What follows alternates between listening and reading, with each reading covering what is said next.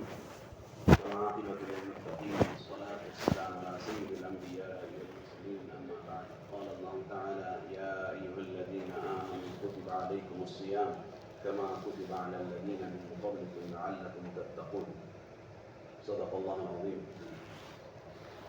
محترم بزرگوں اور دوستوں، سب سے پہلے آپ تمام حضرات کو رمضان کی ڈھیر ساری مبارکباد کہ اللہ تبارک و تعالیٰ نے یہ مبارک مہینہ تمام کو نصیب فرمایا، جس کے لیے اللہ کے رسول صلی اللہ علیہ وسلم 2 مہینے پہلے سے ہی دعائیں کیا کرتے تھے، اور اکابرین اور صحابہ رضی اللہ تعالیٰ عنہ مجمعین اس مہینے کے انتظار میں رہا کرتے تھے تاکہ اس مہینے کی رحمتوں و برکتوں کو سمیٹ سکے اور وصول کر سکے اور اللہ کی مغفرت کے دائرے میں شامل ہو سکے۔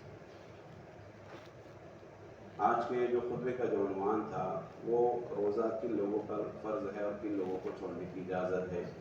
ویسے بنیادی طور پہ روزے کا مقصد عرض کرتا چلوں کہ روزہ جیسے قرآن مجید کی آیت جو میں نے تلاوت کی، اس میں اللہ تبارک و تعالیٰ ارشاد فرماتے ہیں اے مومنو، ہم نے تم پر روزے کو فرض کیا ہے ایسے ہی جیسے کہ تم سے پہلے لوگوں پہ فرض کیے تھے تاکہ تم متقی بن جاؤ۔ تقوی کے معنی آتے ہیں ڈرنا، بچنا۔ جب انسان اللہ تبارک و تعالیٰ سے ڈرتا ہے تو انسان جو ہے اللہ کی حرام کردہ چیزوں سے رک جاتا ہے، اور اسی طریقے سے اللہ نے جن چیزوں کا حکم کیا ہے اس کو ادا کرنے والا ہوتا ہے، اور وہ ڈرتا ہے اللہ سے کہ اگر اس کو ادا نہ کروں تو اللہ کے ہاں پکڑ ہوگی۔ اس کو تقویٰ کہتے ہیں۔ تو یہ مہینہ جو ہے اللہ ہم کو متقی بنانا چاہتا ہے کہ حلال چیزوں سے روک کر اللہ تبارک و تعالیٰ ہم کو حرام سے رکنے کی جو ہے ہمارے اندر طاقت دینا چاہتا ہے تاکہ ہم غیر رمضان میں حرام چیزوں سے، حرام کھانے سے، حرام دیکھنے سے رک جائیں۔ اور ایسے بھی روزے سے کے اندر جو ہے انسان جو ہے نرم ہو جاتا ہے، گناہ کا داعیہ کم ہو جاتا ہے۔ تو یہ روزے کا مقصد ہے کہ انسان متقی بن جائے۔ اسی لیے حدیث پاک میں آتا ہے، اللہ کے رسول صلی اللہ علیہ وسلم فرماتے ہیں، جس کا مفہوم یہ ہے کہ روزہ صرف کھانا پینا چھوڑنے کا نام نہیں ہے، بلکہ روزہ جو ہے فضول اور فحش اور بیہودہ باتیں چھوڑنے کا نام ہے۔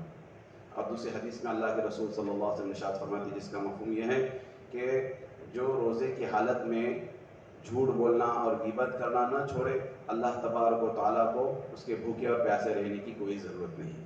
اس لیے روزے کا مقصد یہ ہے کہ انسان متقی بن جائے۔ اب روزہ اللہ کے لیے رکھ رہا ہے، نیت سے رکھ رہا ہے، اور اس کے باوجود بھی گناہ میں مبتلا ہو رہا ہے، تو اللہ فرماتے ہیں، ایسے اللہ کے رسول صلی اللہ علیہ وسلم فرماتے ہیں کہ ایسے روزے کی اللہ کو ضرورت نہیں ہے۔ روزہ تو ادا ہو جائے گا، لیکن فرض ادا ہو جائے گا سب سے، لیکن جو روزے کی رحمتیں، برکتیں جو ہیں، اس کا جو پاور ہے وہ اس کو ملے گا نہیں۔ روزہ جو ہے وہ سن ہجری 2 میں فرض ہوا۔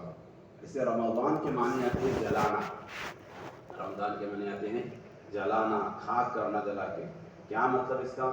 کہ اللہ تبارک و تعالیٰ ہر روزے کے بدلے میں انسان کے، مومن کے، روزے دار کے گناہوں کو جلا کر